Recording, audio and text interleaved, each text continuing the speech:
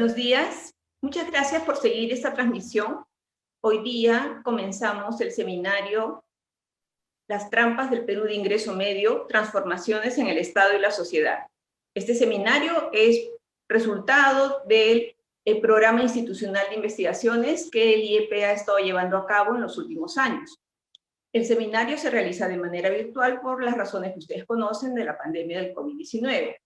Tenemos 3 días de seminario. Hemos dividido las sesiones para la mañana y para la tarde. Unas comienzan ahora a las 11, otras van a comenzar por la tarde.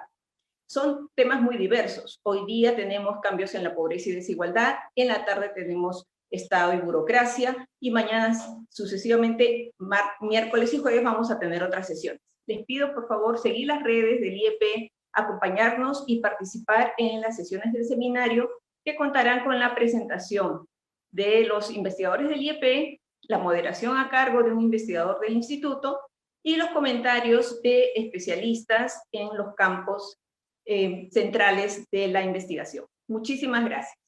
Buenos días a todos.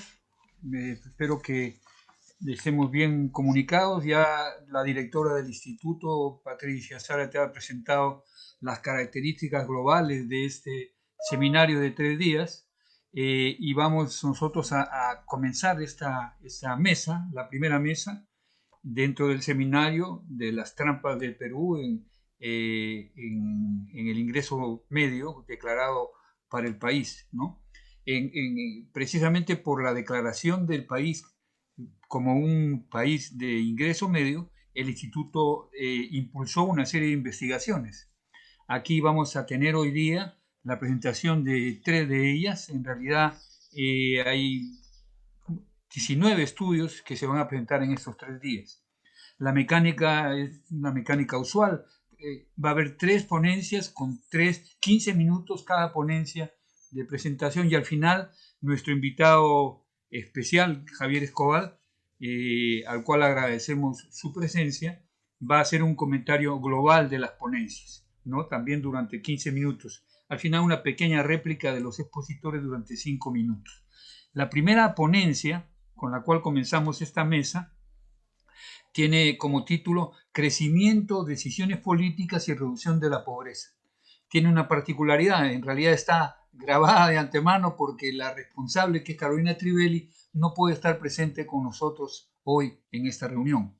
En la virtualidad felizmente nos permite reemplazar su presencia con este video que ella misma ha enviado, ¿no? Carolina, que es magíster en Economía Agraria por la Universidad de Pensilvania y es economista por la Universidad Católica del Perú, actualmente es investigadora principal del Instituto de Estudios Peruanos y es consultora para diferentes organismos internacionales, ¿no? Miembro de CUNAN y de Sembrando Juntos. Además es miembro del Consejo Directivo de Transparencia, de Proética y por supuesto de CEPI. A nivel internacional también participa en diferentes instituciones. Demos paso entonces a la presentación de Carolina durante 15 minutos. Muy buenos días, mi nombre es Carolina Trivelli y ante todo un agradecimiento al IEP por la oportunidad de poder estar en este evento y mis más sinceras disculpas porque desgraciadamente por un conflicto de agenda no puedo acompañarlos en vivo, digital igual, pero en vivo hubiera sido mejor.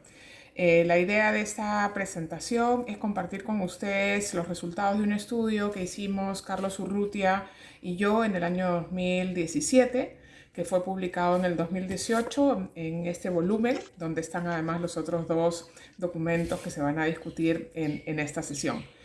Quiero hacer una presentación breve, sobre todo porque no estoy en vivo con ustedes, pero me hubiera encantado poder acompañarlos.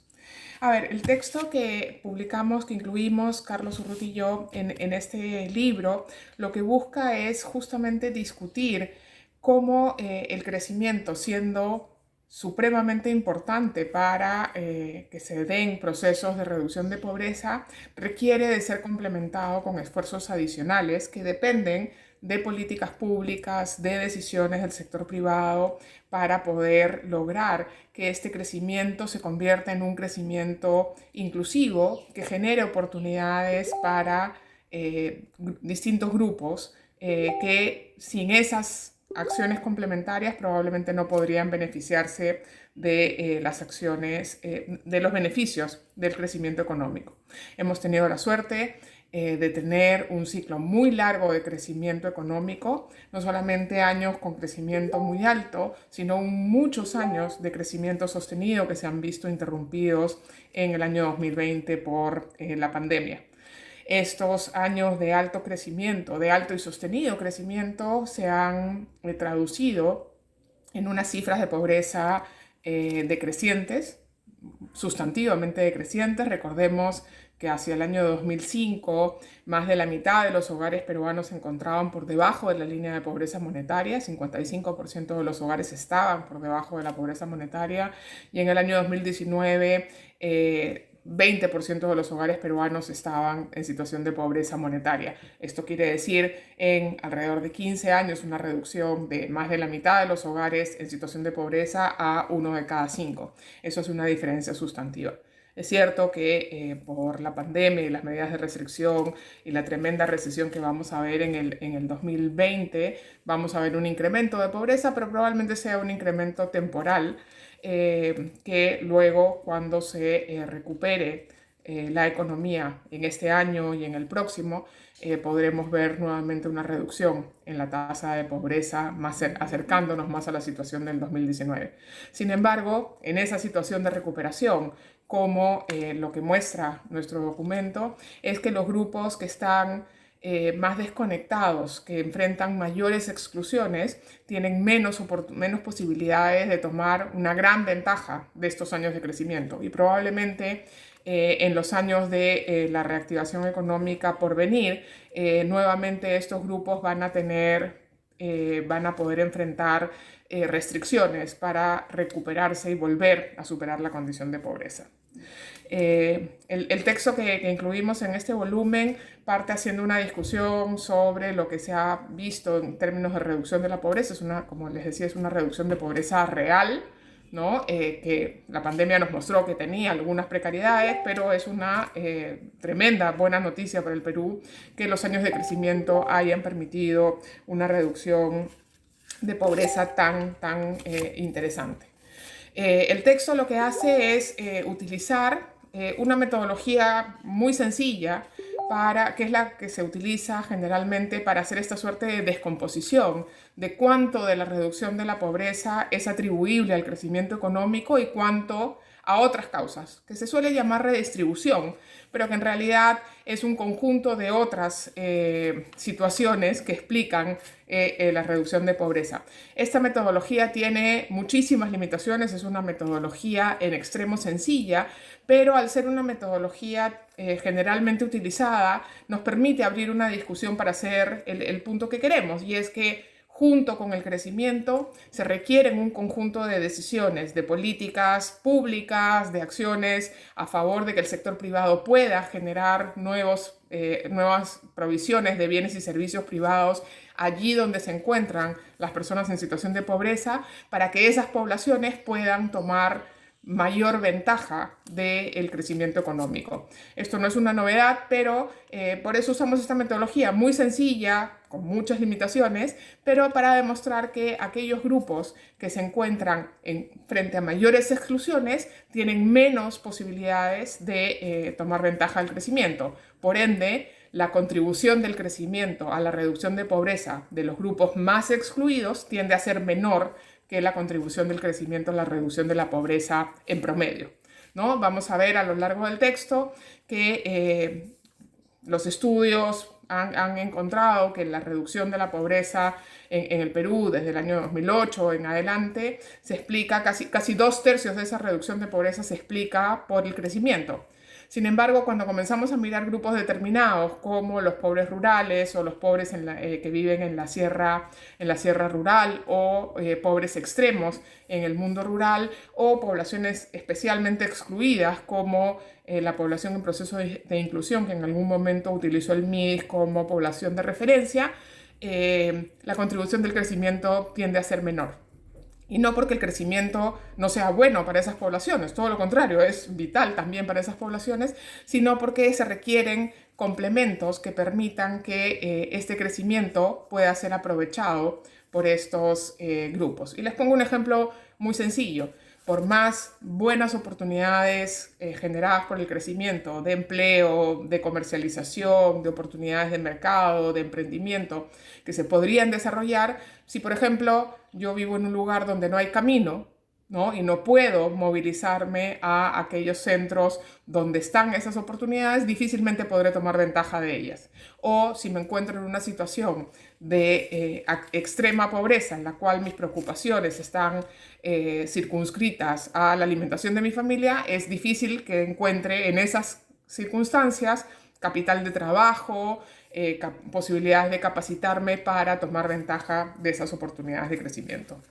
Como sabemos, para reducir la pobreza necesitamos no solamente crecimiento, necesitamos que sucedan de manera adicional otras acciones. Y yo las agruparía en 4 grandes grupos de complementos que necesita el crecimiento para ser efectivo y lograr un proceso importante y sostenido de reducción de pobreza. Primero, una dotación de bienes y servicios públicos y privados que permitan a las personas que están en situación de pobreza acceder a estos servicios complementarios para poder tomar ventaja de oportunidades económicas, por ejemplo. Y aquí me refiero desde el lado privado, por ejemplo, servicios financieros, ¿no? Si no cuento con servicios financieros, difícilmente podré invertir en aquello que necesito para tomar ventaja del crecimiento. Y servicios públicos de calidad. Si la educación no es de buena calidad, si los servicios de salud que tengo a mi disposición no me permiten estar sano, difícilmente podré tener acceso a estas oportunidades económicas derivadas de un mayor crecimiento. Entonces, primero, servicios públicos y privados de calidad a disposición de las personas en pobreza. En segundo lugar, un paquete de infraestructura básico, ¿no? Una de las cosas que hemos discutido durante años es la necesidad de dejar de mirar cada infraestructura por sí sola como una acción que beneficia a las poblaciones en pobreza, para comenzar a preocuparnos de la necesidad de ofrecer paquetes de infraestructura a una persona en situación de pobreza. Una persona en situación de pobreza que logra tener acceso, por ejemplo, a electricidad y a un camino, pero que no tiene agua segura o que no tiene acceso a telecomunicaciones, difícilmente podrá tomar ventaja de oportunidades económicas. Necesita tener todo: camino, agua, saneamiento, electricidad, telecomunicaciones, como mínimo, como paquete. Y aún hoy día, en el caso de las poblaciones en situación de mayor pobreza, apenas 3 de cada 10 hogares tienen acceso a este paquete mínimo de infraestructura, ¿no? Entonces todavía tenemos una tarea muy grande. Tenemos algunas expansiones importantes de cobertura de la infraestructura básica, pero el paquete completo le llega todavía a un número reducido de personas. En tercer lugar, los programas llamados de inclusión económica o de inclusión productiva, ¿no? Que permiten a las familias en situación de pobreza desarrollar nuevas capacidades, generar nuevos emprendimientos, ampliar o incrementar su productividad, generarse nuevas opciones económicas. Y aquí destacan programas de capacitación laboral, de empleabilidad, de desarrollo productivo. Programas como Haku Wiñay, por ejemplo, podrían ser un buen ejemplo de este tipo de intervenciones. Estas intervenciones lo que hacen es capacitar y permitirle a estas familias en situación de pobreza integrarse, engancharse con oportunidades económicas. Y eso también es necesario. Entonces, tenemos bienes y servicios públicos y privados de calidad, un paquete mínimo de infraestructura básica, programas de inclusión económico-productiva y finalmente un esquema de protección social. Hoy más que nunca creo que no vale la pena profundizar en ello. Estamos todos de acuerdo en que esquemas de protección social son fundamentales para asegurar la resiliencia de la población y la protección de la población más vulnerable frente a eventos inesperados, frente a situaciones difíciles. Entonces, estos 4 complementos me parecen fundamentales para que una familia en situación de pobreza pueda tomar ventaja del crecimiento y superar la condición de pobreza. Lo que sucede en el Perú es que hemos tenido mucho crecimiento y algunas de estas 4 ¿no?, de estos 4 complementos presentes en la realidad de muchos peruanos. Y por ello, si reconociendo que el crecimiento ha sido categorizado como un crecimiento pro-pobre, porque los segmentos de menores ingresos incrementaron sus niveles de consumo y de ingreso proporcionalmente más que los niveles más ricos, digamos, de la distribución del ingreso, esto no ha sido suficiente como para consolidar una situación de superación de condiciones de pobreza suficientemente sólida y sostenida y sostenible para la mayor cantidad de personas en situación de pobreza. Estos 4 complementos al crecimiento dependen de decisiones, dependen de presupuesto, de capacidad de gestión del sector público y del sector privado, sobre todo del público, ¿no? De la capacidad que tenga el sector público de movilizar recursos, de focalizar, de priorizar algunas zonas, de llegar allí donde se encuentran las personas en situación de pobreza. Y eso es parte de lo que el artículo quiere dar cuenta, ¿no? Y para poder tomar esas decisiones, para que haya presupuesto, para que haya capacidad de gestión, para que haya posibilidad de priorizar y llevar estos servicios adicionales a las poblaciones en situación de pobreza, se necesitan recursos y esos vienen derivados del crecimiento. Entonces, al final también es crecimiento, ¿no? Pero no solo crecimiento. Eso es lo que quiero enfatizar. No es solo crecimiento. Entonces, lo que hemos hecho en el texto es replicar esta descomposición de la reducción de pobreza entre crecimiento y otros, ¿no? Porque estos otros, muchos que tienen que ver también con crecimiento, pero estos otros dependen de decisiones. Generalmente se le llama redistribución y erróneamente muchas veces se piensa que eso otro es básicamente los programas sociales y no es así, ¿no? En ese otros, en eso que no es crecimiento, hay muchas otras cosas. Estos 4 complementos que yo he mencionado, pero hay mucho más. Oportunidades particulares en algunos territorios, inversiones que se dan por coyunturas particulares, etc., ¿no? Y entonces lo que encontramos en el texto es que, como les decía, los estudios hechos por los organismos multilaterales y por un grupo amplio de investigadores, incluso lo reporta el INEI anualmente cuando anuncia las cifras de pobreza, señalan que, digamos, del 2008 para acá, como 2/3 de la reducción de la pobreza son atribuibles a los niveles de crecimiento económico de nuestra economía, ¿no? Entonces, lo que hicimos fue preguntarnos qué pasa cuando miramos esa misma descomposición con esa misma metodología, que insisto, tiene limitaciones, no es perfecta, no es muy sofisticada, en otros grupos poblacionales que no son el total nacional. Y lo que encontramos fue que a medida que el grupo de interés enfrenta mayores situaciones de exclusión, el aporte del crecimiento a la reducción de pobreza tiende a ser menor. Entonces, por ejemplo, nosotros analizamos en primera instancia la pobreza rural y en la pobreza rural encontramos que el aporte del crecimiento para explicar la reducción de pobreza es menor que ese 2/3 que se encuentra para la reducción de la pobreza nacional. Pero además encontramos que el aporte del crecimiento, ¿no?, la parte que el crecimiento explica de la reducción de pobreza rural decrece en el tiempo, era más hacia inicios del periodo bajo análisis, 2008 o 2009, y es menos hacia el final del periodo de análisis, hacia el 2016, ¿no? Y esto es un resultado importante, ¿no? Como que el crecimiento explicaba mucho de la reducción de la pobreza inicial y relativamente menos hacia el final del periodo donde las reducciones de pobreza además ya fueron menores.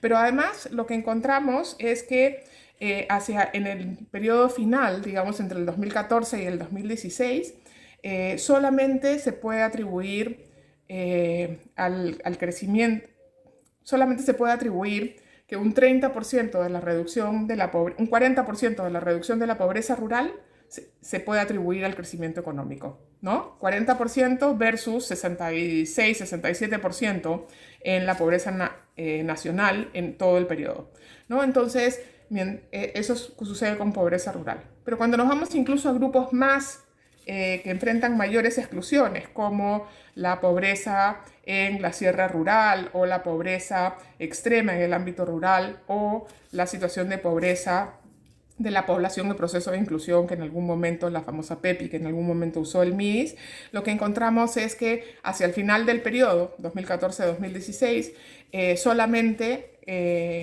el 30% de la reducción de la pobreza de cada uno de esos grupos es atribuible al crecimiento, ¿no? Entonces, 30% en estos grupos muy excluidos es de la reducción de pobreza es explicada por el crecimiento, 40% en el caso de la pobreza rural y más de 60% en el caso de la pobreza nacional.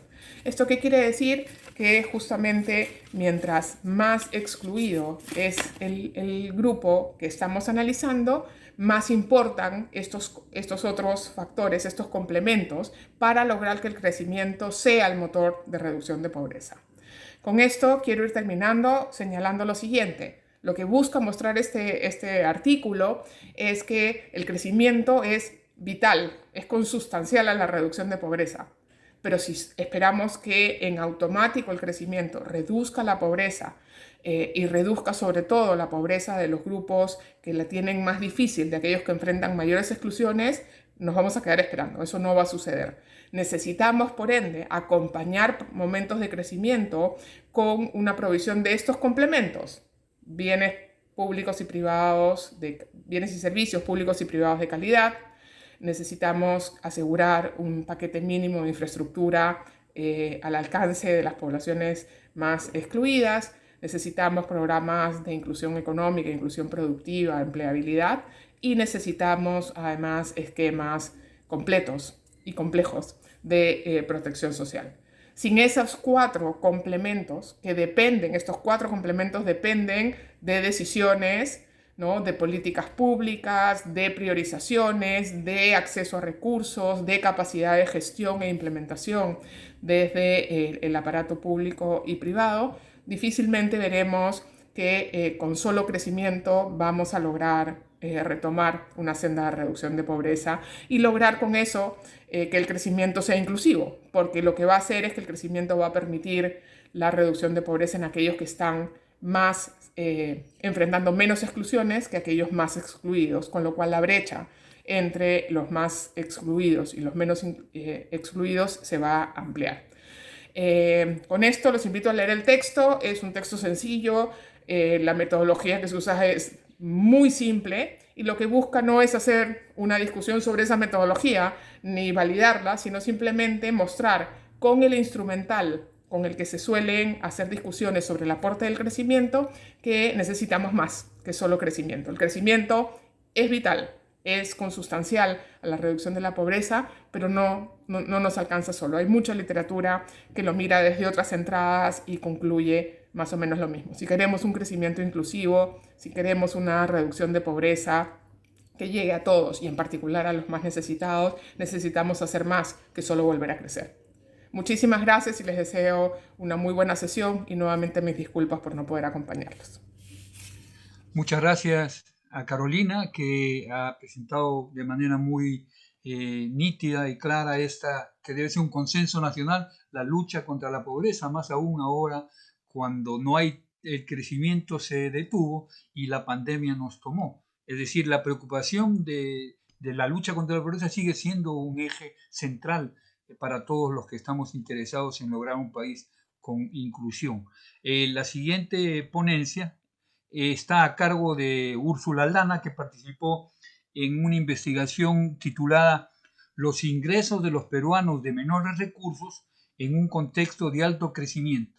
Esto es un análisis sectorial del periodo 2004-2010, más o menos el marco igual similar al de Carolina, es decir, en el marco del crecimiento, ¿qué pasó con los ingresos de los peruanos de menores recursos? Úrsula es economista por la Universidad Católica del Perú y tiene una maestría en British Columbia University y un doctorado en la Universidad de Wisconsin. Actualmente es investigadora del Instituto de Estudios Peruanos y trabaja temas importantes vinculados al área rural, a las tecnologías agrícolas, a las microfinanzas y a la economía de la salud. Damos paso entonces a Úrsula. Bienvenida a la exposición. Gracias. Voy a compartir mi pantalla. Ya, bueno, en el periodo que va del 2002 al 2013, hubo tasas de crecimiento muy altas y una reducción muy importante de la pobreza también. Y se habla mucho de que esta reducción de la pobreza se debe a estas altas tasas de crecimiento.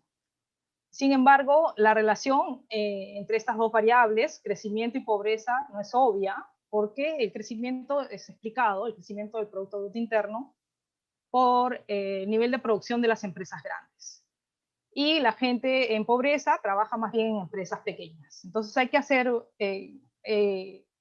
mayor análisis para entender qué es lo que hace que se reduzca la pobreza, ¿no? No se puede hablar de una relación automática entre crecimiento y pobreza.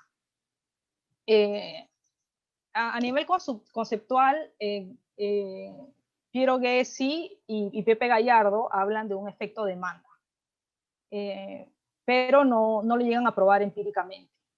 Y a nivel empírico se tienen estudios que hablan del impacto de la inversión pública. Está el trabajo de Richard Webb y también de Ricardo Ford y su coautor Paredes. Lo que nosotros vamos a hacer es una descomposición sectorial de los cambios en los ingresos de los más pobres para entender qué sectores productivos son los que han permitido mayores ingresos y por lo tanto menores niveles de pobreza. Los sectores productivos tienen relevancia, conocer cuáles han sido los sectores productivos tiene relevancia en sí mismo, ¿no? Porque nos habla de qué actividad, qué tipo de actividad ha permitido generar más ingresos para los de menores recursos, pero al mismo tiempo hay algunos sectores productivos que pueden ser vinculados al efecto demanda. En ese sentido, hacer este análisis de descomposición sectorial nos puede decir si es que hay un efecto demanda o no. Por eso nos puede hablar de los mecanismos que vinculan crecimiento y pobreza. El periodo que se analiza en el estudio va del 2004 al 2010.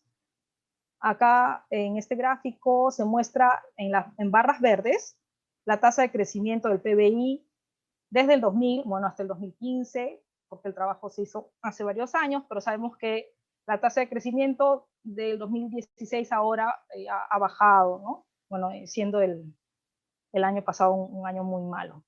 Pero el punto principal es que de 2004 al 2010 las tasas de crecimiento fueron bastante altas, ¿no? Llegamos a 8 o 9%. Y al mismo tiempo, del 2004 al 2010 hubo una reducción muy importante de la pobreza, ¿no? Estuvo, según esta información, alrededor del 50% en 2004 y llegó a 27, 28% en 2010. Es el periodo para el que hacemos el análisis o esta descomposición sectorial. ¿Qué datos usamos? Usamos dos paneles de la Encuesta Nacional de Hogares, el panel 2004-2006, que nos muestra la evolución del ingreso y tomamos en cuenta los hogares que eran pobres en 2004, ¿no? Cómo han cambiado sus ingresos. Y también utilizamos el panel 2007-2010. Y en este caso también tomamos en cuenta los hogares de menores recursos. Lo que hacemos es utilizar los hogares que estaban en el 20% inferior en el gasto per cápita. ¿Se me escucha bien? Sí, se escucha bien. Ya, Úrsula. por si acaso. Listo, gracias. Muchas gracias. Entonces, utilizamos a este grupo, ¿no? Que son los hogares más pobres, y nos olvidamos del resto, ¿no? Nos olvidamos o sea, utilizamos los dos primeros quintiles de gasto, perdón, el 40% inferior, ¿no? Y nos olvidamos del 60% restante. Y lo que tenemos son, en total, juntando estos dos paneles, 1.059 hogares para el área urbana y 1.950 para el área rural. Entonces, nos quedamos con los hogares que en el 2004 estaban en los dos primeros quintiles de gasto y unimos a ello a los hogares que en el 2007 estaban en los dos primeros quintiles de gasto. Y vemos cómo han evolucionado sus ingresos hacia adelante, ¿no? Para los del 2004 vemos cómo cambiaron sus ingresos hacia el 2006 y para el 2007 vemos cómo han cambiado sus ingresos hacia el 2010. Ya, ahora presento un marco conceptual de manera muy muy breve.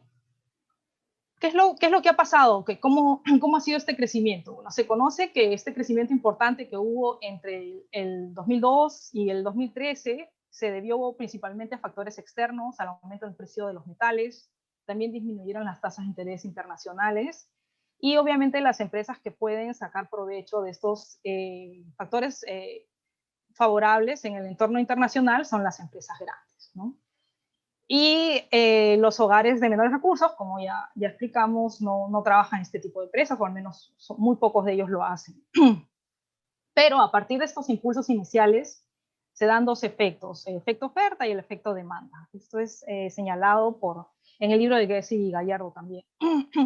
El efecto oferta viene porque el Estado tiene más recursos, entonces puede invertir más en infraestructura, puede invertir de repente también en capacitación, los elementos que mencionaba Carolina en su presentación. Bueno, pero en el efecto oferta destaca, ¿no?, la inversión pública en infraestructura, me parece, aunque también hay otros tipos de inversión, ¿no?, tal como lo señalan Forte y Paredes. Y aparte del efecto oferta está el efecto demanda, que es el que abordamos en este trabajo. ¿Cómo es que se da este efecto demanda?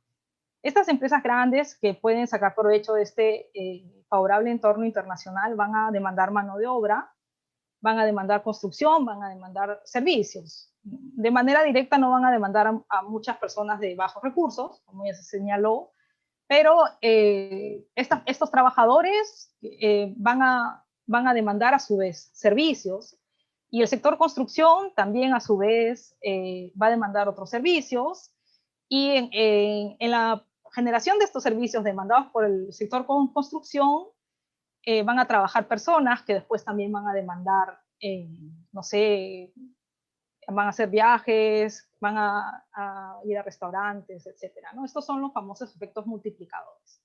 Entonces, a pesar de que directamente las empresas grandes no afectan a los hogares de menores recursos, sí lo pueden hacer de manera indirecta, ¿no? Y al aumentar la demanda por mano de obra, por construcción, por servicios, aumenta la rentabilidad del sector no transable. ¿Cuál es el sector no transable? Es el sector en el que se producen bienes que no se comercian internacionalmente, y en el que se producen servicios que en general tampoco no tienden a comerciarse internacionalmente. Entonces, al haber más demanda, aumenta la rentabilidad de los restaurantes, con el boom gastronómico, aumenta la rentabilidad de los hoteles, ¿no?, del sector no transable. También va a haber un aumento en la demanda del sector transable, pero la rentabilidad no se ve afectada porque su rentabilidad o sus precios ya están determinados por el mercado internacional, ¿no? Entonces, el efecto demanda se da a través del sector no transable. Y por eso, si es que los ingresos de los hogares menores recursos aumentan en este sector, se puede hablar de un efecto demanda, ¿no? Ahora ya presentamos el análisis. El análisis estadístico a partir de los paneles, ¿no? Acá tenemos a los hogares del área rural, y lo que se presenta acá es el porcentaje de hogares que tuvo un cambio positivo en sus ingresos por trabajo, ¿no? Y 41% lo hizo en el sector agropecuario, que es un sector transable. Y la importancia del sector no transable, que incluye construcción, comercio y también otros servicios, parece que no es mucha, ¿no? El sector no transable no parece como muy importantes. Entonces pareciera no haber un efecto demanda, ¿no?, en el área rural. Sin embargo, si vamos a la distribución de estos cambios, tenemos que de los que aumentaron su ingreso en el sector agropecuario, solo 6% tuvo un aumento mayor a 400 soles. Y en cambio, en el sector de otros servicios, o servicios distintos al comercio, 16% tuvo un aumento de esta magnitud, ¿no? Estamos hablando acá de ingreso, el cambio en 2 años del ingreso mensual. Entonces, el ingreso mensual aumentó en más de 400 soles, el ingreso proveniente de otros servicios, para un 16% de los que tuvieron mejoras en estos sectores de otros servicios. ¿Qué significa esto? El sector no transable no aparece como importante en el área rural, pero quienes se pueden beneficiar de este sector, son un 11% de los hogares, ¿no?, de menores recursos, de los hogares analizados, obtienen ingresos o mejoras bastante importantes, de montos bastante importantes, ¿no? 32% de quienes se beneficiaron tuvieron un aumento en su ingreso mensual que va de 200 que va entre 200 y 400 soles, ¿no? Este cambio es importante considerando que el ingreso mensual promedio era de 175 soles en el 2004. Entonces, en el sector rural, el sector agropecuario es importante, beneficia a un porcentaje alto de hogares, pero con montos no muy altos. Y el sector no transable, ¿no?, que tiene construcción, servicios, no es tan importante en términos del número de hogares que beneficia, pero da mejoras importantes en el ingreso, ¿no? Si vamos al área urbana, acá tenemos el mismo cuadro, tenemos de nuevo los sectores, tenemos, bueno, los no transables, como ya dije, servicios, construcción, y los sectores transables, sector agrícola, minería, pesca, sector manufactura. Y acá, bueno, obviamente la agricultura va a ser menos importante en el área urbana, y el sector no transable es muy importante. Hay muchos hogares que se benefician, especialmente en servicios distintos al comercio, ¿no? Y al mismo tiempo, en estos servicios distintos al comercio, las mejoras son altas, ¿no? Por ejemplo, acá tenemos el cambio en el sector agrícola para el área urbano, que no es igual a cero, ¿no? Hay 17% que obtienen mayores ingresos provenientes del sector agropecuario, pero, por ejemplo, solo 12% de quienes obtienen mayores ingresos del sector agropecuario obtienen mejoras mayores a 400 soles. Y este porcentaje llega a ser 22% para otros servicios, ¿no? Y también un 22% de quienes trabajan en este sector de servicios y obtienen mayores ingresos a través de estas actividades, obtienen mejoras que van de 200 a 400 soles, que son importantes. Estamos hablando de un ingreso mensual, el cambio en 2 años del ingreso mensual, y en un inicio este ingreso mensual era en promedio 332 soles. Entonces, ¿qué tenemos en resumen? En el área rural, el sector no transable no aparece como muy importante, aparece más bien el sector agrícola, algo que se esperaba, pero los montos tienden a ser bajos. Esto estaría asociado a caídas en la tasa de pobreza, porque cuanto más hogares obtienen mejoras, mayores serán las caídas en la tasa de pobreza, ¿no? El sector de otros servicios no aparece cuantitativamente importante en términos de hogares que obtienen ingresos trabajando en estos, que obtienen mejoras trabajando en estos sectores de servicios distintos al comercio, pero da mejoras importantes en el ingreso. En el área urbana, el sector servicios beneficia a muchos hogares y al mismo tiempo otorga mejoras importantes, montos altos, ¿no? Destacando servicios distintos al comercio por sus mayores montos, ¿no? Como decía acá, hay como 44% para los que la mejora es de 400 soles o más, ¿no?, versus 34% en el sector comercio. Estos otros servicios que, bueno, primero decir que esto nos habla de un efecto demanda, ¿no? El sector no transable es muy importante en el área urbana, y en el área rural no deja de ser importante por estas mejoras grandes que permite, ¿no?, en el área rural. Donde destacan los otros servicios, ¿no? ¿Cuáles son esos otros servicios? En el área rural, 3.7% obtiene mejoras en un trabajo de administración pública, 1.6% en hoteles y restaurantes, 1.6% en servicio doméstico. Estos son los subsectores más importantes dentro del sector de servicios distintos al comercio en el área rural. Este tipo de trabajo nos parece que es un trabajo más bien de tipo urbano, ¿no? Hoteles, restaurantes, servicio doméstico. Por lo tanto, se puede afirmar que este efecto demanda que se da en el área rural a través de los servicios distintos al comercio se habría beneficiado también de la inversión en carreteras, ¿no?, en primer lugar. O sea, habría como una interacción entre el efecto demanda y el efecto oferta, particularmente la inversión en caminos y carreteras. Eso por un lado. Por otro lado, esta demanda de hoteles, restaurantes, servicio doméstico, también está asociada a la demanda temporal que se genera en los centros poblados rurales cuando hay inversión pública, ¿no? Cuando construyen un colegio, una posta o los mismos caminos, llegan obreros de construcción, ingenieros que requieren, ¿no?, de alojamiento, de comida, de servicio doméstico, ¿no? Entonces, digamos que el Estado, aparte de generar un efecto oferta, porque cuenta con más recaudación gracias al crecimiento, genera en sí mismo una demanda temporal, un efecto demanda, ¿no? Porque se demandan servicios en los centros poblados rurales. En el área urbana, esos otros servicios que también aparecían en el área urbana generando mejoras importantes en los ingresos. Los más importantes de ese grupo de otros servicios son servicio doméstico, transporte, hoteles y restaurantes. Como conclusión, podemos hablar que se observa ¿Cómo voy de tiempo, Jaime? Perdón. Un poquito pasada, pero puedes concluir. Ya, puedo concluir, ya, de acuerdo, gracias. Se observa entonces un efecto demanda en ambas zonas, tanto en el área urbana como en el área rural, y en el área rural este efecto demanda habría sido mayor debido a la inversión en caminos, ¿no? Entonces hemos contribuido a entender mejor esta vinculación entre crecimiento y reducción de la pobreza, ¿no? Eso, nada más.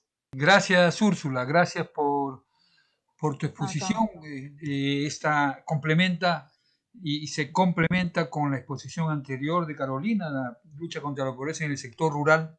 Detrás de las cifras hay pues historias de lucha permanente para salir de la situación de los niveles tan bajos de ingresos que hay en el área rural. La siguiente exposición está a cargo de Johanna Yancari. La investigación fue hecha por Johanna junto con Jonathan Clausen y Ángelo Kosubo y se titula Desigualdades horizontales en la situación de pobreza multidimensional, un estudio a partir de la voz de los adultos mayores en el Perú. Esta exposición, como digo, estará a cargo de Johanna. Johanna es investigadora principal del IEP, es parte del grupo de incidencia en el desarrollo rural de la Mesa de Concertación para la Lucha contra la Pobreza. Ha sido vicepresidente del CEPIA, pertenece al colectivo Accese y a otras instituciones privadas vinculadas a inclusión y educación financiera. Ha sido consultora de ICA, en el RIMIS ha hecho estudios sobre también el impacto de la pobreza rural en el Perú, y en la OIT también ha analizado datos de trabajo infantil. Ha sido coordinadora de investigación del proyecto Capital en el IEP y tiene estudios complementarios de gestión de proyectos, además de ser bachiller en economía por la Universidad Católica. Adelante, Johanna, tienes la palabra. Gracias, muchas gracias, Jaime, muchas gracias a Úrsula y a Carolina que me precedieron, y agradecer de antemano también a Javier Escobar por participar como comentarista en la sesión. Voy a compartir pantalla de una presentación que he preparado para hoy día. Bueno, muchas gracias nuevamente. Como bien mencionaba, el estudio que voy a presentar es un estudio sobre desigualdades horizontales en la situación de pobreza multidimensional en un grupo específico poblacional que es el de adultos mayores en el Perú, ¿no? Este estudio lo hicimos en el 2017, yo lo Kosubo, ¿no? Y hace referencia a este grupo en particular por la necesidad de evidenciar la situación de pobreza a la que se enfrenta esta población, ¿no? Para ir ya en materia, ¿no? Como les mencionaba, el estudio está centrado en el grupo de adultos mayores, básicamente por entre las varias razones para decidir eso fue, la primera y la más importante es porque el Perú ya actualmente es considerado como un país de envejecimiento moderado alto. Además, al ser un país de ingreso medio, está positivamente correlacionado con la intensificación del envejecimiento poblacional debido al aumento de la esperanza de vida, que para el 2100 está estimado a 84 años, y en el caso de, y también al descenso de la tasa global de fecundidad, que para el 2100 también está estimada en 1.89%, ¿no? Pero además hay una referencia muy importante y a la cual ya también ha sido mencionada por mis compañeras anteriores en sus exposiciones, ¿no? Que tiene que ver con la necesidad de hacer políticas públicas a grupos diferenciados y específicos, ¿no? Entender, como bien decía Carolina, el Perú como un país de ingresos medios implica mucho más que hacer referencia al crecimiento del PBI, tal cual como ella lo menciona. No solamente estamos hablando de crecimiento del PBI, sino también tenemos que hablar sobre nuevos desafíos relacionados con más protección social, fundamental para generar la resiliencia en las familias, más provisión de bienes y servicios públicos, más provisión también de bienes y servicios privados, ¿no? Adecuados a las necesidades de las personas y en particular a los adultos mayores. Y además identificar o ampliar la cobertura previsional a este público en particular, ¿no? Por todos es sabido que las altas tasas de informalidad que tiene nuestro país genera que muchos adultos mayores que durante su vida se están relacionados con en economías, están desarrollando sus actividades económicas en economías informales, suelen no tener recursos en su vejez de carácter previsional o pensiones, ¿no? Específicamente, ¿no? ¿Y qué es lo que está pasando en general en el país? ¿Qué es lo que vimos que estaba pasando en el país respecto a las políticas públicas? ¿No? Se han avanzado sí cosas. A la ley, por ejemplo, de personas adultas mayores que fue promulgada en 2011, el Plan Nacional de Personas Adultas Mayores, que estaba enunciado en ese momento para el 2013-2017, la ENDIS, que justamente es la Estrategia Nacional de Desarrollo e Inclusión Social, el MIDIS, en su quinto eje de política social tenía el punto específico de protección del adulto mayor y lo vinculaba con su programa de transferencia Pensión 65, y actualmente el Plan Nacional de Desarrollo e Inclusión Social, en su objetivo prioritario 1, habla de protección social y habla de poblaciones vulnerables, y entre estas poblaciones vulnerables reconoce a los adultos mayores como una población vulnerable a atender. Entonces se han hecho avances, pero los avances no han sido tan precisos, ¿no? Tal cual la situación que describió Carolina en su exposición es justamente la que nos llevó a pensar en ver qué es lo que estaba pasando con este grupo en particular, ¿no? ¿Y por qué ver desigualdades horizontales, no? ¿Qué queríamos ver con desigualdades horizontales, no? Nosotros estábamos proponiendo un análisis de este tipo porque lo que queríamos era ver más allá de la pobreza monetaria, ¿no? Vamos a verlo más adelante, pero en general, durante Carolina en su exposición inicial, los pobres medidos por pobreza monetaria han venido reduciéndose a lo largo de los años en este periodo de crecimiento. Sin embargo, los servicios y bienes que se les ofrece desde el Estado, que les permitiría acceder, digamos, a ciertos recursos, a características fundamentales para su desarrollo humano, no se han dado en igual manera, ¿no? En este caso específico, por eso, nosotros centramos el análisis de las desigualdades en las variables fundamentales de desarrollo humano, pero desde una perspectiva privacional, ¿no? Entonces el pobre es aquel que puede escoger entre pocas opciones, ¿no? No tiene acceso a todas las opciones tal cual lo tendría una persona no pobre, ¿no?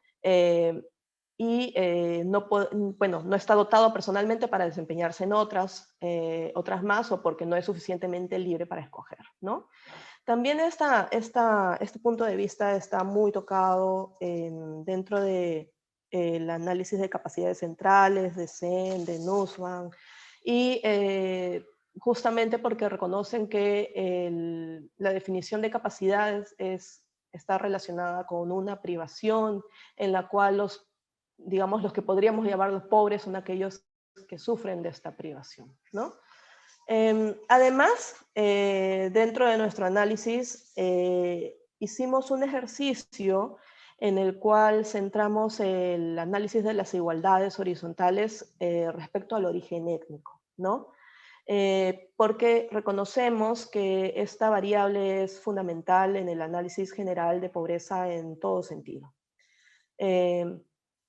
Entonces, nuestro diseño metodológico fue una estrategia de muchos pasos, ¿no? La primera fue elegir las dimensiones que consideraríamos para el análisis de privaciones que mencioné anteriormente, ¿no? Y para eso tenemos una conjunción de 5 elementos, ¿no?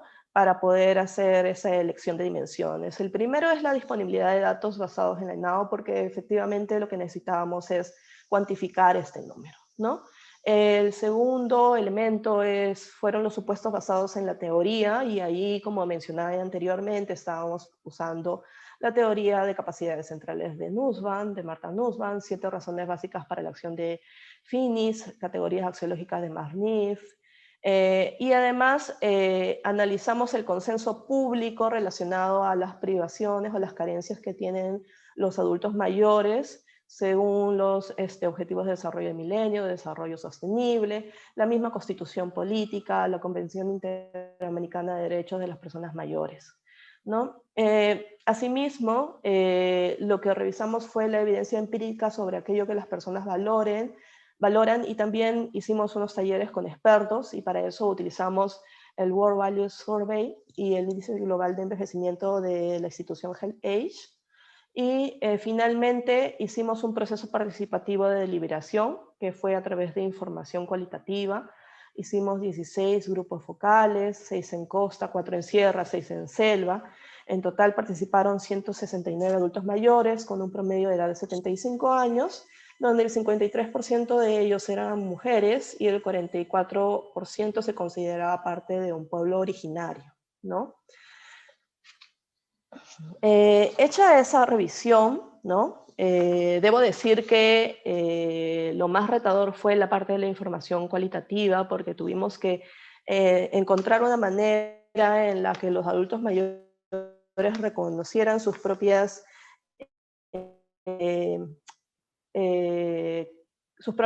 capacidades y privaciones, ¿no? Y para ello, nuestra estrategia fue justamente trabajar sobre el concepto de buena vida, ¿no? O llevar una mala vida según la percepción de los adultos mayores, ¿no? Entonces, análisis, encontramos mucha coincidencia en todos los grupos focales relacionados como una dimensión de análisis, ¿no? Todos los grupos focales, sin excepción, mencionaron a la salud como una de las características fundamentales que deberían de ser consideradas para la elección de una dimensión, ¿no? Sin que ellos supieran efectivamente que estábamos considerándolo en este criterio de elección de dimensión, ¿no? Todos mencionaron efectivamente que no tener salud estaba relacionado con una mala vida o con una privación, ¿no es cierto? Y más bien tener medicamentos, acceder a la salud, estar sano, estaba relacionado con una capacidad que ellos podían tener, digamos, positiva, ¿no? La segunda variable muy interesante que relevaron los grupos focales fue la conectividad social, que está más relacionado con el entorno, con las personas, con lo que Nussbaum menciona, el afecto, las emociones, la afiliación a un grupo, ¿no? Entonces, esto también fue mencionado en casi todos los grupos focales, ¿no? Esta necesidad, esta conectividad social, la necesidad de apoyo de los hijos, de las amistades, fue muy presente dentro del análisis de grupos focales, ¿no? Un tercer criterio, una tercera dimensión encontrada en los grupos focales está relacionada con la alimentación, ¿no? El proveerse de alimentación, tener una alimentación, también comida, ¿no? Era un criterio que ellos consideraban positivo, ¿no? Y lo mismo tener ingresos, ¿no? Y esto está relacionado con el hecho de tener un seguro o no. Esas fueron, digamos, las principales que encontramos en los grupos focales, pero además encontramos otras que finalmente no se podían medir y que decidimos no incluir en el análisis, como fe y espiritualidad, ¿no? Que fue elegida también por ellos, ¿no? Y el tema de recreación. En líneas generales, entonces, cuando ya hicimos digamos, el mix con todos estos criterios que he mencionado anteriormente, para poder hacer un índice de privación, ¿no? Lo que encontramos fue, tal cual como se muestra en el gráfico, ¿no? Que las dimensiones estaban relacionadas principalmente con salud, protección social, conectividad social, entorno de vida seguro, educación y trabajo, ¿no? Lo que hicimos primero para ver estas variables y cómo se comportaban en el grupo de adultos mayores fue identificar a qué nivel de acceso tienen estas variables dentro de este grupo específico, ¿no? Y como pueden ver, hicimos un comparativo entre el 2005, 2010 y 2015 y encontramos que no había habido demasiada variación entre las características de las dimensiones a lo largo de estos últimos años, a pesar de, como ya les he mencionado, la continua reducción de la pobreza en este grupo específico, ¿no? Salvo la variable relacionada a seguro, ¿no? Que justamente está el criterio de privación está relacionado con que no está afiliado al sistema de prestaciones de salud. El resto se mantiene casi, como verán, muy similar en los últimos 10 años. Esto es una alerta, como mencionaba también Carolina en su exposición, porque efectivamente eso significa que el Estado no está llevando a la población a la que debe atender y dándole los servicios y bienes que necesitan para poder desarrollarse, ¿no? Ya viendo un poco más los datos y creando ya el índice de privación que les comentaba, ¿no? Hicimos el comparativo entre la pobreza monetaria y la evolución de la incidencia de la pobreza multidimensional para los adultos mayores.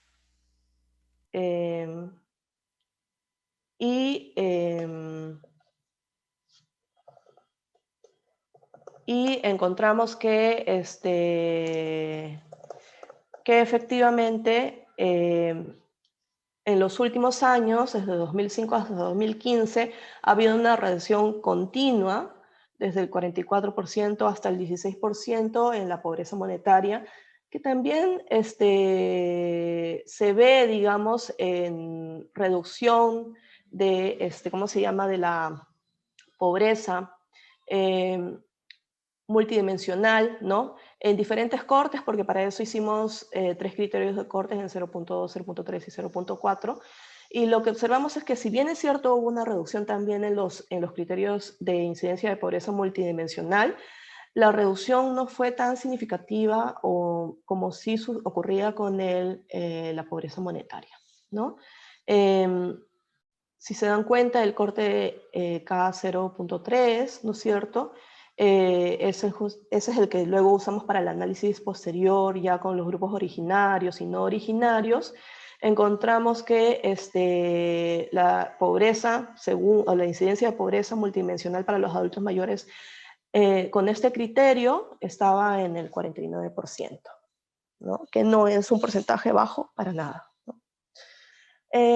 Luego, ya analizando también esta misma incidencia de pobreza multidimensional en los adultos mayores según etnicidad, lo que encontramos fue que las diferencias se mantienen, ¿no? Hay una brecha que se mantiene entre el grupo de no originarios y originarios, ¿no? No se cierra en ningún momento, ¿no? Donde los adultos mayores no originarios, es decir, que aquellos que no se autoidentifican como como de población indígena, no no están en tan mala situación como los pobladores originarios, ¿no? Y es que sí, la situación de la incidencia de pobreza multidimensional de los adultos mayores originarios era del 79% y solo se redujo al 68% en el 2015, mientras que la de adultos mayores no originarios era del 55% y se redujo al 39% en el 2015, ¿no? La brecha igual se mantiene en todos los años, no hubo ningún cierre en la brecha, por lo cual la situación de los pobres originarios es más precaria que la de los adultos mayores pobres multidimensionales no originarios, ¿no? Ya para ir cerrando, porque entiendo que la presentación tenía que ser corta, hicimos efectivamente otros análisis LOGIS, PROVIS, para poder identificar algunas características particulares que pudieran tener alguna incidencia en la pobreza multidimensional, ¿no? Y encontramos que en general, ¿no? La ruralidad y el ser mujer son características que también aumentan la probabilidad de encontrarse en la situación de pobreza multidimensional, ¿no? Y la situación de los adultos mayores, a pesar, digamos, de que en los que estaban en situación de pobreza multidimensional son diferentes entre grupos originarios y no originarios, todos en promedio experimentaron 44% del total de privaciones posibles, ¿no? Eso significa que casi de la lista de todas las privaciones que identificamos, todos tienen una carga de 44% de privaciones, ¿no? Este dato no es menor porque significa que en general no acceden a no tienen la capacidad para acceder a todos los bienes y servicios que necesitan para poder desarrollarse. Además, encontramos, por ejemplo, que la variable educación fue muy importante, ¿no? Tal como mencionó Carolina también en su exposición, la educación puede reducir las privaciones identificadas en generaciones futuras, ¿no? Y esta variable fue muy importante también identificada dentro del análisis de pobreza multidimensional, lo mismo que el tema de salud, ¿no? A fin de proporcionar la atención especializada a esta población, ¿no? ¿Cuál es la reflexión detrás de todo este análisis, no? Existen efectivamente algunas tareas que el Estado ha dado por hecho, digamos, dentro del trabajo o durante el periodo de crecimiento del país, ¿no? En general, se ha hecho muy poco por proveer de mejores servicios a esta población en particular, de adulto mayor. Por ejemplo, en el tema de salud, ya lo hemos experimentado inclusive ahorita en la situación de pandemia, ¿no? El sistema de salud está casi colapsado y efectivamente enfrenta muchos problemas, pero para esta población en particular es mucho más dramático porque no solamente no hay acceso a medicinas elementales para este grupo específico debido a que hay una correlación entre la edad, digamos, y algunas enfermedades tipo presión arterial, diabetes, etcétera, etcétera, en estos grupos, y a los cuales no se les proporciona una atención adecuada. Y lo mismo en el análisis que hicimos luego, identificando el número de profesionales de salud enfocados, digamos, en la población, encontramos que el universo era muy pequeño, ¿no? Y que la atención era muy deficiente en específico para esta población, ¿no? Sobre todo en zonas rurales donde la población es más general y no hay atención especializada. Creo que con eso terminaría. He tratado de ser lo más breve posible para poder encontrar los comentarios de Javier. Gracias, Johanna. Sumamente interesante, y esta inclusión de una variante, digamos, cultural de pueblos originarios me parece interesante. Ahora imaginen ustedes, adulto mayor, mujer y originaria, debe ser pues la última escala de la pobreza en el Perú, ¿no? Precisamente la exclusión por las tres razones. En fin, la ponencia se complementa muy bien con las anteriores, y ahora no podemos escuchar el comentario general de nuestro invitado, Javier Escobar, que es doctor en desarrollo económico. Él se lo ve en Holanda, pero tiene también un doctorado en la Universidad de Nueva York, también en economía, y es investigador principal de GRADE, institución amiga del IEP. Actualmente además es investigador principal en un estudio longitudinal que se titula Niños del Milenio, y son innumerables sus contribuciones al análisis de la sociedad rural y sobre todo el desarrollo rural, ¿no? En estos distintos espacios que son el país, ¿no? En fin, le damos la palabra entonces a Javier. Bienvenido y gracias por tu presencia. Gracias, Jaime. Ya siendo las 12:06, puedo decir buenas tardes con todos y todas. Me llegó el libro el jueves, gracias a Johanna. Ahora el libro ya tiene bastante valor agregado, está subrayado por todas partes, tiene signos de exclamación, signos de interrogación, flechitas, aspas, X's,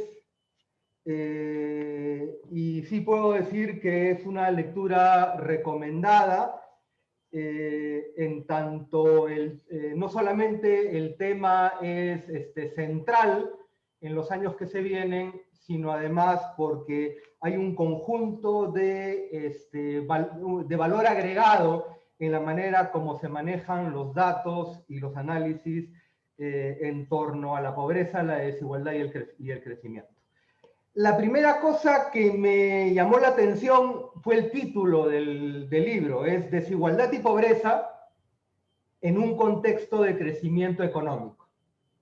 Contexto que no estamos viviendo y probablemente que no vamos a vivir a lo largo de los próximos 4 o 5 años. Y esto creo que es tremendamente central para reflexionar alguna de las líneas argumentales del libro en torno del escenario post-pandemia. La economía estaría cayendo durante el 2020 entre 11 y 12%, y la pobreza probablemente se eleve en cualquier número que esté entre 6 y 10 puntos porcentuales adicionales de pobreza. Este número nos los enteraremos seguramente de acá a un mes, 2 meses. No solamente eso, sino probablemente el número de no pobres pero vulnerables aumente sustantivamente en el orden de 15 a 20 puntos porcentuales, de tal manera que un importante grupo poblacional que había logrado inicialmente consolidar niveles de ingresos probablemente ahora esté en situación de vulnerabilidad. Entonces, mayor pobreza y mayor vulnerabilidad en un entorno de caída del Producto Bruto del 2020 y de un estancamiento o crecimiento muy pequeño en los años que vienen, más allá de un rebote que pueda ocurrir en el 2021, que es más bien un recorte básicamente estadístico, producto de la cuarentena cuasi absoluta que tuvimos en la primera ola. Entonces creo que la pregunta central aquí es ¿hasta qué punto el crecimiento es condición necesaria pero no suficiente? ¿Acaso si es que la economía deja de crecer o crece a tasas por debajo del 3%, en un contexto donde el producto potencial va a estar muy limitado en los años que vienen, va a ser suficiente o es posible montar un conjunto de políticas para que, a pesar de que casi no haya crecimiento, pueda constituirse una reducción de la pobreza? Ese es un área que creo no es tratada directamente en el libro y creo que es posible tratar de reflexionar sobre este tema a partir de las investigaciones. Porque yo sí creo que, o sea, algo que hubiera sido muy útil en el libro es ser más enfático sobre lo importante que es crecer, más allá de que, como bien se ha dicho y se ha repetido N veces y nadie duda, es que el crecimiento no es suficiente. Pero no siendo suficiente, creo que es bien importante, especialmente en el nuevo contexto, resaltar la importancia de lo necesario que va a ser si es que queremos retomar a una senda de reducción de la pobreza. Pues sin crecimiento es casi imposible reducir la pobreza. Si es que hay crecimiento, no es suficiente para reducir la pobreza y se requieren el conjunto de políticas que a lo largo del libro se mencionan. Cuando uno ya entra a los capítulos individuales, yo creo que es bien importante, digamos, los tres capítulos manejan una cantidad de información muy rica y distintos marcos conceptuales. Los dos primeros, tanto el de Carolina y Carlos Urrutia como el de Úrsula, hacen ejercicios de descomposición aritmética, ¿no? Que son limitados en términos de dar contribuciones o atribuciones causales, pero que junto con marcos conceptuales complementarios sí pueden dar ese extra de lo que es estrictamente una descomposición estadística no causal, tratar de moverla hacia el campo de la atribución causal o de la explicación de los fenómenos. Entonces, ese tema es central. Me refiero al primer artículo, por ejemplo, cuando uno plantea de hasta qué punto, si bien el crecimiento se ha venido reduciendo, esas otras cosas que Carolina mencionaba en su presentación que han empezado haciendo lo central. Yo creo que ahí hay un tema de etiquetas y del ejercicio de descomposición que es bien importante visibilizar. Voy a poner un ejemplo extremo. Imagínense que la economía no crece en el agregado, pero crece en el sector rural y decrece en el sector urbano. Y en el agregado tenemos una economía estancada. Esto puede generar reducciones de la pobreza a pesar de que hay crecimiento cero, porque hay crecimiento en el sector rural. El efecto en la descomposición va a aparecer en el agregado como efecto distribución, pero en verdad es una mala etiqueta, porque lo que en verdad estamos capturando es efecto de crecimiento diferenciado entre el sector urbano y el sector rural. Esta discusión de metodologías y etiquetas es muy importante porque se ata después a políticas. Creo que es muy importante juntar los ejercicios de descomposición con los marcos analíticos para tratar de entender qué está jalando el crecimiento. Y esto es algo que me parece muy valioso que ocurre en el segundo artículo vinculado al trabajo de Úrsula, donde, a pesar de que también es una descomposición aritmética, ¿no? Se junta a un marco analítico donde se trata de construir de alguna manera un contrafactual, donde uno dice hasta qué punto, si es que el crecimiento está siendo o no liderado por sectores no transables, por sectores de servicios, es más un efecto indirecto, es un efecto de demanda, y por lo tanto se puede decir que el crecimiento no solamente tiene un impacto directo, sino tiene un impacto indirecto causal a través de el dinamismo que pueda tener en determinados sectores, a pesar de que quien haya sido el motor principal inicial del crecimiento no hayan sido esas empresas del sector secundario o terciario. Creo que ahí importa también complementar el análisis, y es una agenda pendiente de investigación, los temas vinculados a las distintas circunstancias que quienes están empleados en los distintos sectores enfrentan, porque ahí lo que uno va a ver es crecimiento diferenciado, ¿no?, entre aquellos que, estando en el mismo sector de ocupación, enfrentan circunstancias distintas y por lo tanto son capaces de o no de engancharse a esos motores de crecimiento. Creo que ahí hay una línea de trabajo sumamente interesante que todavía creo que es importante desarrollar un poco más. El tercer estudio es un estudio que se focaliza mucho más en el tema de circunstancias, ¿no? Y combina los elementos de el reconocimiento de que hay no solamente pobrezas, sino pobrezas en términos de plural, y que estas distintas,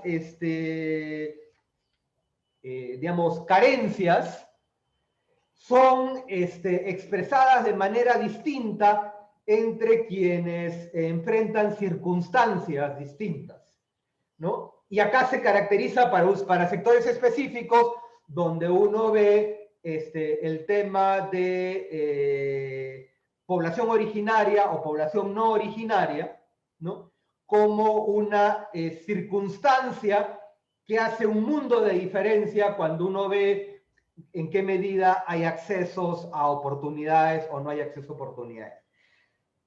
Digamos, cuando uno ve la política pública, y Carolina lo mencionaba en su presentación, el MIDIS habló de la necesidad de mirar no solamente la pobreza monetaria, sino un conjunto más amplio de carencias.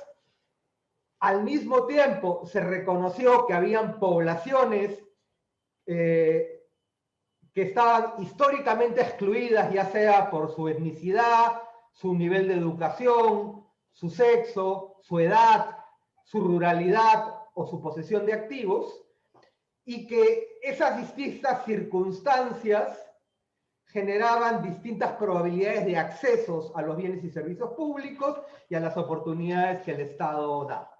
Y por eso es que uno construye una política pública de cierre de brechas y un reconocimiento de que no solamente importa reducir pobreza o reducir carencias, sino a qué segmentos particulares se les reduce esas carencias y en qué medida se está avanzando en cierre de brechas.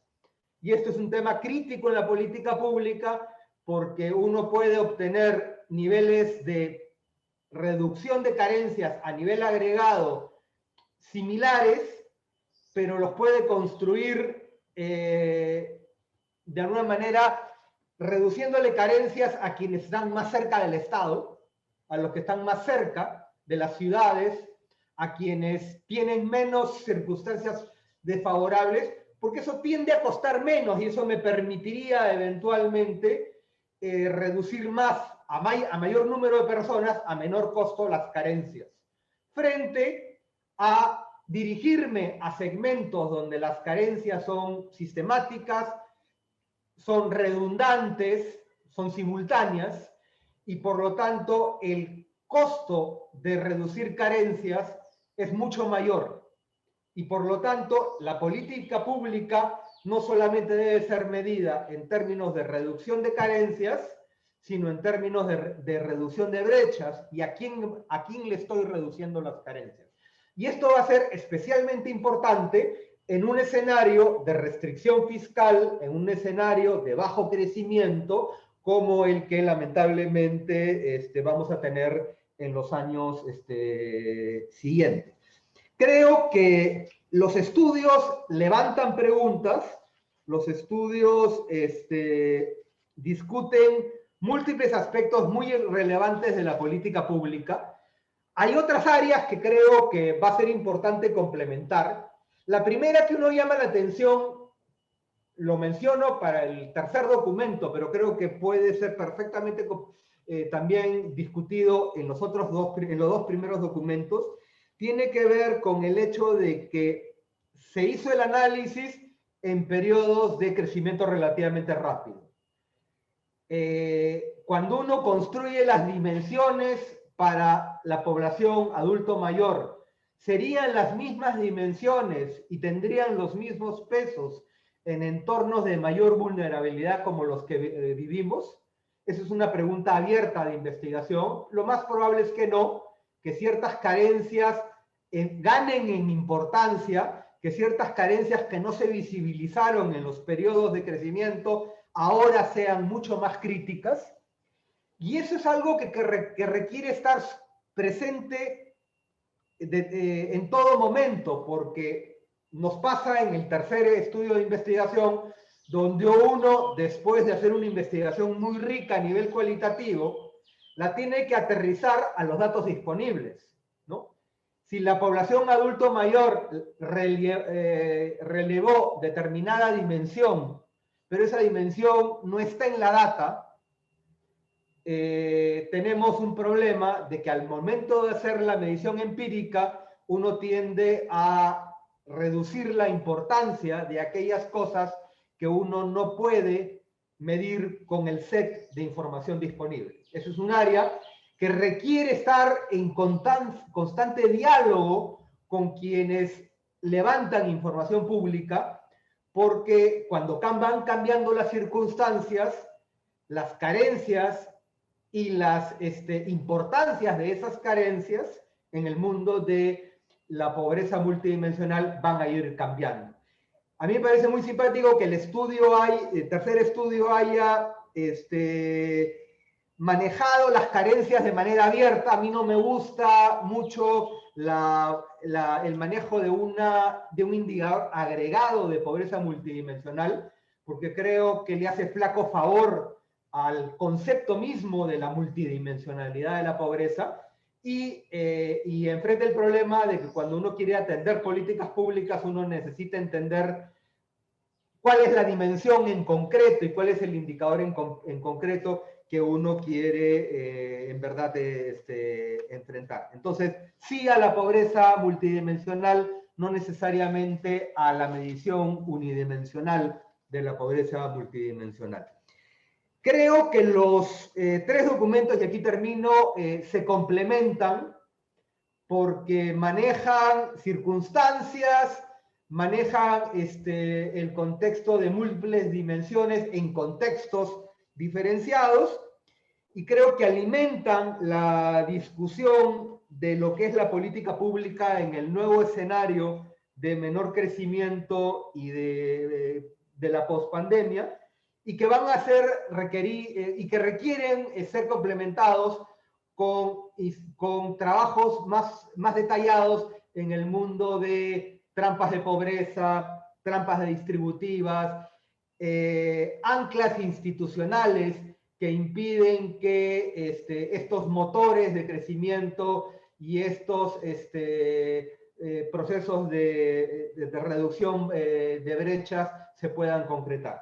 Los invito a leer el libro. Podrán estar o no de acuerdo con todos los elementos que ahí aparecen, pero definitivamente constituyen tres estudios muy ricos sobre los cuales se puede hacer discusión de política pública de cara al escenario post-pandemia. Muchas gracias. Gracias, Javier. Gracias por tu bastante clara exposición y resumen de las presentaciones. Ahora está programado 5 minutos a cada uno de los expositores, a Úrsula, a Johanna y a Javier respectivamente, para que puedan ampliar o comentar algo que sirva para entender mejor lo que quisieron exponer. Comencemos con Úrsula. A ver, una primera reacción es que sí estoy de acuerdo o sea, que es difícil reducir pobreza sin crecimiento, ¿no? Bastante complicado. Porque por un lado se limita este funcionamiento del mercado, ¿no? Que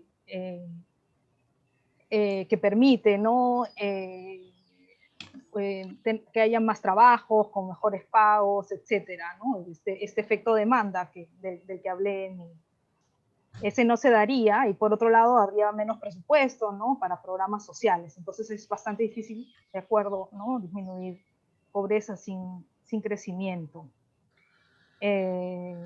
Después también de acuerdo con Carolina, ¿no?, con esta idea de que tampoco lo podemos dejar, bueno, en periodos de crecimiento, claro, no lo podemos dejar al mercado simplemente, que las políticas, no solo las sociales, ¿no?, sino también las de los temas que ella menciona, ¿no?, de acceso a servicios públicos, a servicios privados, inversión en combos de infraestructura, son importantes, ¿no? Por otro lado, a mí también me parece que el ejercicio de descomposición entre crecimiento y distribución para ver cuál es el que pesa más en la reducción de la pobreza tiene problemas de interpretación, ¿no? Javier hablaba de un efecto crecimiento que al final aparecía como efecto distribución. También se puede hablar de una política pública que hace que la distribución no cambie, digamos, porque de repente el crecimiento solo habría beneficiado a los más ricos, pero la política hace que no cambie la distribución, y según el ejercicio todo sería gracias al crecimiento, ¿no? Entonces es difícil de interpretar estos ejercicios. Y por último, decir que a partir del trabajo que he realizado, yo estaría de acuerdo con esta idea de que el modelo ha tenido beneficios, ¿no? Ha podido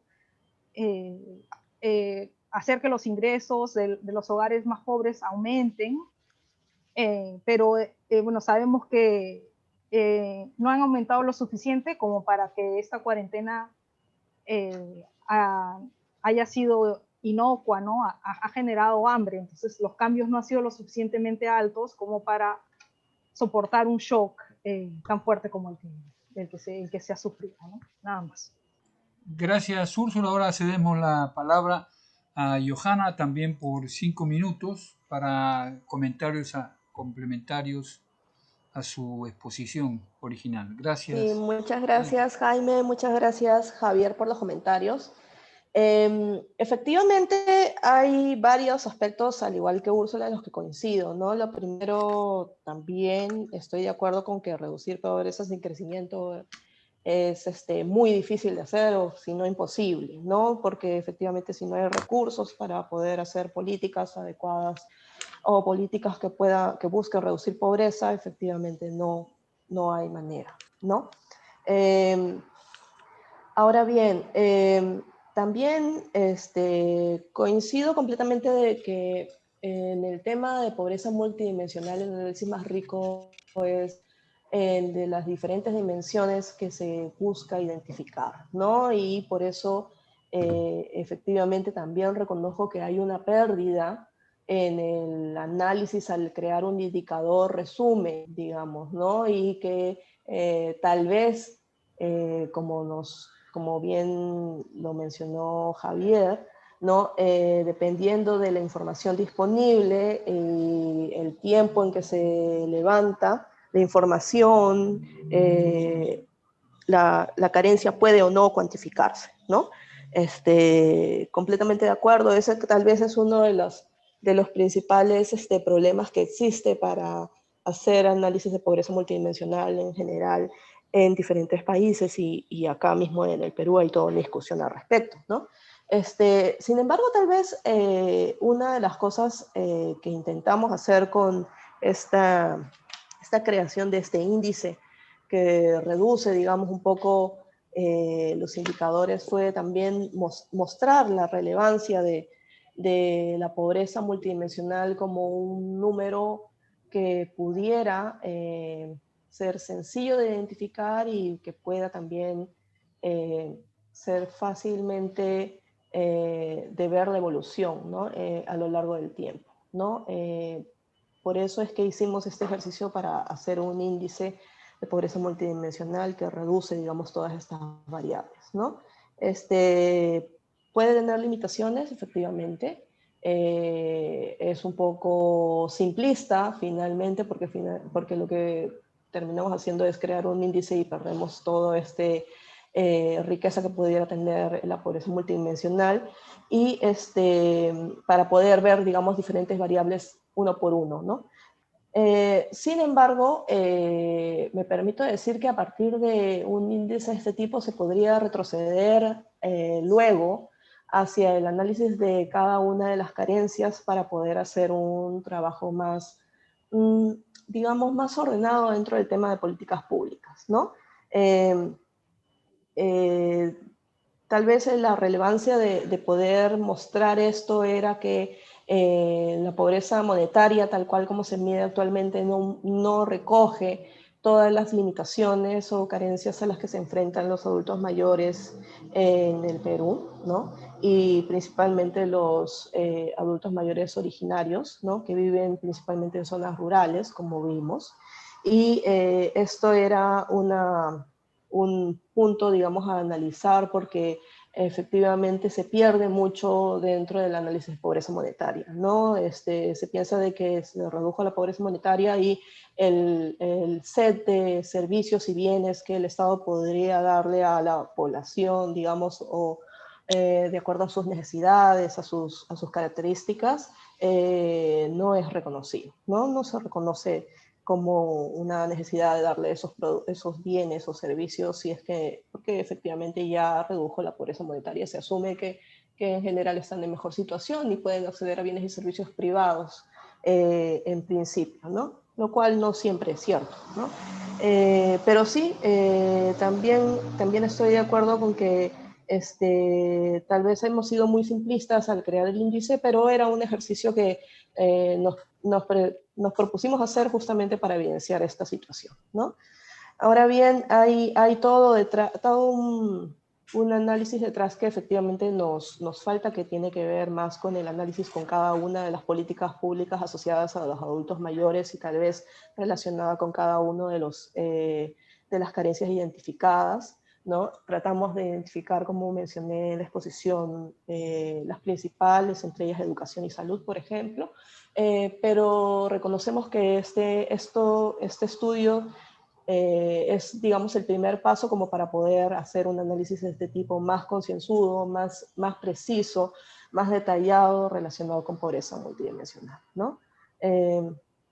De todas maneras, creemos que es un primer paso que queríamos dar justamente para evidenciar la situación de los adultos mayores y tratar de recoger justamente su propia percepción acerca de las carencias y las limitaciones a las que se enfrentan, ¿no? De todas maneras, agradezco mucho los comentarios. Me han parecido muy enriquecedores porque efectivamente era una discusión que tuvimos durante todo el desarrollo del estudio, ¿no? Cómo elegir las carencias, cómo cuantificarlas, relacionándolas con la ENAO, por ejemplo, ver la importancia que tienen, y es más, por eso es que no se les dio un peso diferenciado a cada una, sino que hay un peso estándar, etcétera, etcétera, ¿no? Es una cosa que también nos enfrentó mucho durante el desarrollo de la investigación. Te agradezco mucho, Javier, agradezco mucho a todos por habernos escuchado, y espero efectivamente que puedan revisar el libro y discutirlo un poco más. Gracias, Johanna. Demos paso ahora a Javier para un breve comentario final. Sí, algo muy cortito que se me había quedado en el tintero, vinculado al trabajo de Johanna, Jonathan y Ángelo. Digamos, lo que me parece sumamente interesante del trabajo es este reconocimiento de que la pobreza monetaria para esta población ha caído a una velocidad mayor de la reducción en las carencias relevantes para ellos. Independientemente si las agrego o no las agrego, lo que los adultos mayores consideran como las carencias relevantes, esas carencias se han reducido a una velocidad menor de lo que se ha reducido la pobreza monetaria. Y por lo tanto, mirar más allá de la pobreza monetaria y mirar ese otro conjunto de carencias relevantes para la población que uno esté analizando y que es susceptible de políticas públicas es sumamente relevante. Entonces, en ese sentido, digamos, hay una riqueza importante en la mirada a la naturaleza multidimensional de la pobreza, más allá de la discusión sobre si la comparo o no la comparo. Y el otro tema que me parece también importante mencionar cuando uno hace este tipo de análisis es la dificultad de recoger información relevante. O sea, cuando la población reconoce como relevante algún elemento, pero nuestra data no da para poder capturar adecuadamente ese elemento. El caso más notable es el tema de seguro de salud, ¿no? Donde resulta de que la población, digamos, entre la población adulto mayor, aquellos que están en la población originaria, resulta que tienen mayor acceso a servicios de salud porque están inscritos con mayor proporción en el SIS. Si uno pudiera cambiar la variable a una variable no de derechos teóricos, sino de acceso efectivo, uno vería de que las discrepancias se realinearían a lo que uno esperaría, de que seguramente el acceso a servicios de salud es inferior en la población de adulto mayor de lengua originaria, ¿no? Entonces, esto levanta la importancia de siempre estar tratando de mejorar la calidad de los indicadores y la relevancia de los indicadores para estar capturando no necesariamente derechos teóricos, sino ejercicio efectivo de derechos, ¿no? Y ese es un tema que vamos a seguir teniendo presente hacia adelante cuando queremos hacer política pública. Yo lo dejaría ahí, agradecer la oportunidad de haber comentado el libro y de nuevo invitarlos a que